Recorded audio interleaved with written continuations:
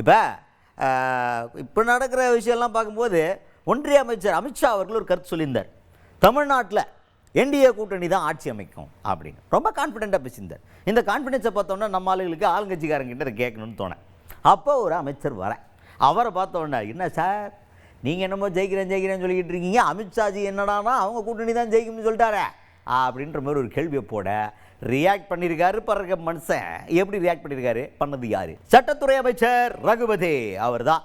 ரகுபதி அவர்கள்ட்ட இதான் கேட்டாங்க, அமித்ஷாஜி இந்த மாதிரி பேசியிருக்காரு, அவங்க தான் ஆட்சி அமைக்க போகிறாங்களாம் அப்படின்ற மாதிரி கேட்டப்ப அதுக்கு ரகுபதி அவர்கள் ப்ராக்டிக்கலாக ஒரு விஷயம் சொல்லியிருக்காரு. ஆமாம், அவர் பேசல அவங்க கூட்டணி ஜெயிக்கும் தான் சொல்லுவார், அதுக்காக திமுக ஜெயிக்கணும்னு உண்மையாக பேச போகிறாரு. ஆனால் நாட்டு நிலைமை என்னன்றது நமக்கு தெரியணுமா இல்லையா? அவங்க இப்படி தான் பேசிக்கிட்டு இருப்பாங்க, ஆனால் 2026 நாங்கள் தான் ஜெயிக்க போகிறோம் அது எங்களுக்கு தெரியும். அவருக்குமே அது என்ன பண்ணுறது, ரிலீவ் இருக்காரு, அவருக்கு தெரியறதுக்கு வாய்ப்பு இல்லை, அது என்ன பண்ணுறது அப்படின்ற மாதிரி பேசியிருக்காரு ரகுபதி அவர்கள்.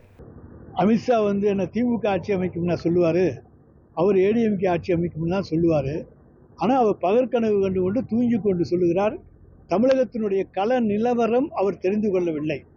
மற்ற மாநிலங்களிலே அவர் நினைத்து கொண்டிருக்கின்ற கள நிலவரம் என்பது தமிழ்நாட்டில் 1% கூட கிடையாது என்பது அமித்ஷா அவர்களுக்கு தெரிந்திருக்க வாய்ப்பே இல்லை என்பது அவருடைய இந்த பேட்டியின் மூலமாக புரிகிறது.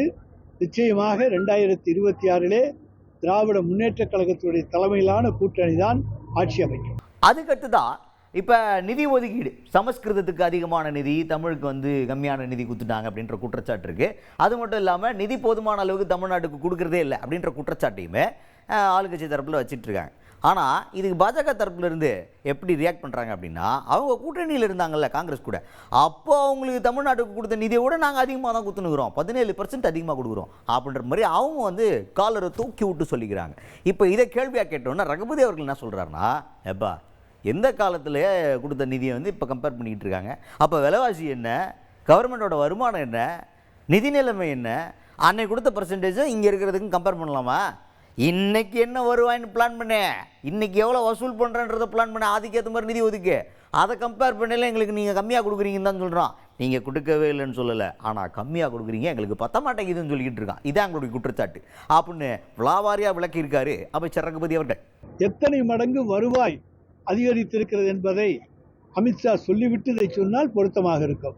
யூபிஏ கவர்மெண்ட் இருக்கும் பொழுது ஒன்றிய அரசுக்கு வந்த வருவாய் என்ன, இன்றைக்கு ஒன்றிய அரசுக்கு வருகின்ற வருவாய் என்ன, அதை கணக்கிட்டு பார்த்து எத்தனை மடங்கு என்று சொன்னால் அப்பொழுது பொருத்தமாக இருக்குமே தவிர, இன்றைக்கு கூட தமிழ்நாட்டினுடைய நிதி நிலைமை என்பது பல மடங்கு உயர்ந்திருக்கிறது.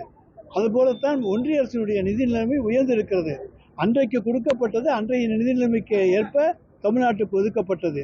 ஆனால் இன்றைக்கு ஒன்றிய அரசு வசூல் செய்கின்ற அளவுக்கு தமிழ்நாட்டுக்கு திருப்பி தரவில்லை. அதுதான் எங்களுடைய குற்றச்சாட்டை தவிர அவங்க தரலைன்னு சொல்லல, போதுமான நிதியை தரவில்லை.